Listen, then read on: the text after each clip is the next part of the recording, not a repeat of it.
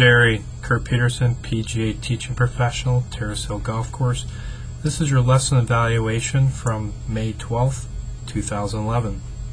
We're going to cover your grip, aim, stance, and posture, representing your setup for pre-swing fundamentals. First, we're going to look at your grip. In this particular picture, you're going to notice that there's two sets of colored lines. The ones on the left in yellow represent your current grip, and the ones on the right represent the corrected positioning for your grip. What you want to understand is that, going back to 2008 and last year to this year, your grip really hasn't changed much. You have a very strong left-handed grip, and also to follow parallel with your right-handed grip as well. The problem is that when you start taking the club back on your takeaway, that club face starts to shut, and then you're going to have to make a change on your downswing to get the club face open again.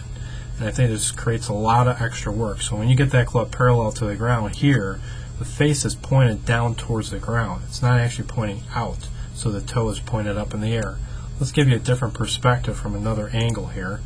And looking down your target line, as the club's going back here, and you're taking it back, and you have a good shoulder turn, but when you get it parallel to the ground, you can see that that face is pointed down. So if we draw that angle, just to kind of get a feel for where you're at, it's at about 49 degrees.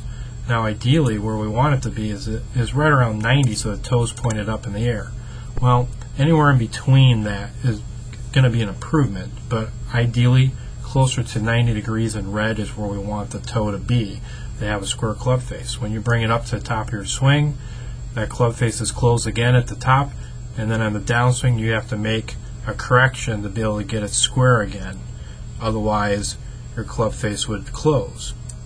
Now that leads into the next part, which would be your alignment.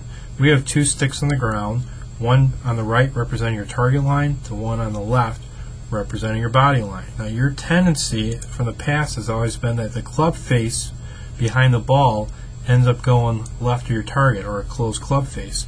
Then you have your body position with your feet, knees, and hips going right of the target. So you have two lines that cross over.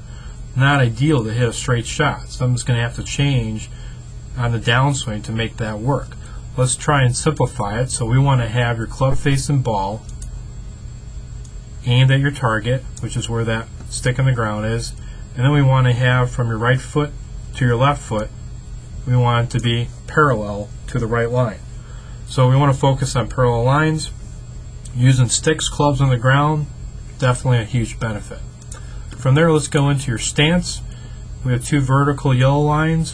One is for the left heel, one's for the right heel. You'll notice that you're a little bit too narrow. When you start taking the club back, if you were taking it back 3/4 of the swing to here, you know what, that's good. But you're taking a full swing, and I mean past parallel, which is something we need to work on.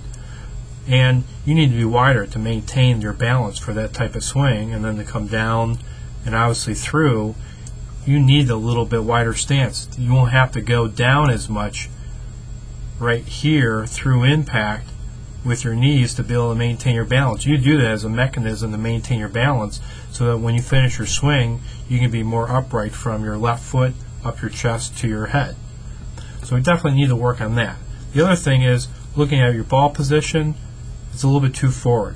You want to get more centered. 7, 8, 9 iron through sandwich, more centered in your stance. Now let's go to your posture. We're going to look at your posture here in this particular picture.